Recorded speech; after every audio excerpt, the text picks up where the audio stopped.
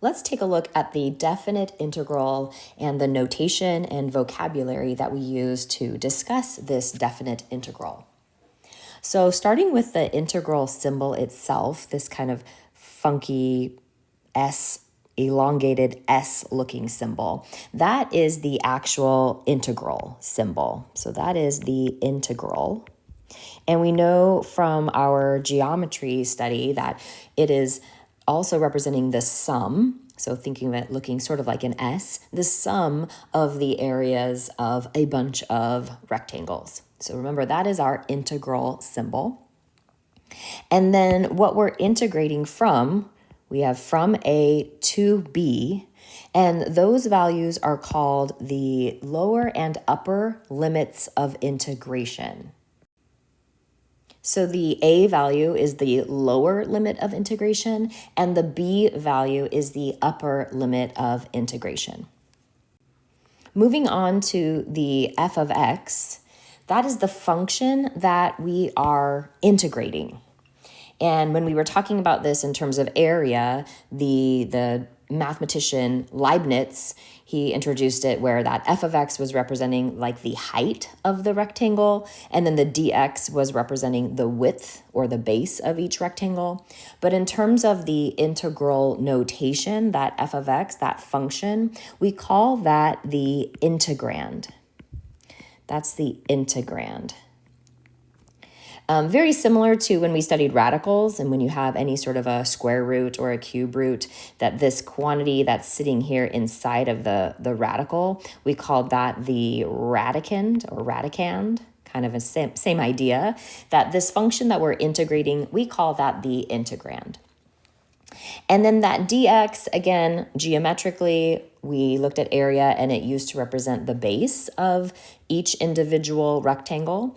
But for right now, that's basically just telling us what we're integrating with respect to. So we're integrating with respect to x in this case. And as we become more advanced, we might end up integrating with respect to t, so that might become a dt. It also, eventually in multivariable calculus, you might actually integrate with respect to y, so it might become a dy. But for right now, as we're just kind of introducing this idea of the definite integral, we're going to just be integrating with respect to x. So I'm just going to write integrate. WRT is just my abbreviation for with respect to x. So you can also sort of think of that dx as kind of like a bookend. When you see the elongated integral symbol, you're always then going to be having a function, and then you'll always have that dx at the end to basically finish off this integral expression. So the process of computing the definite integral is called integration, or we say we're integrating f of x.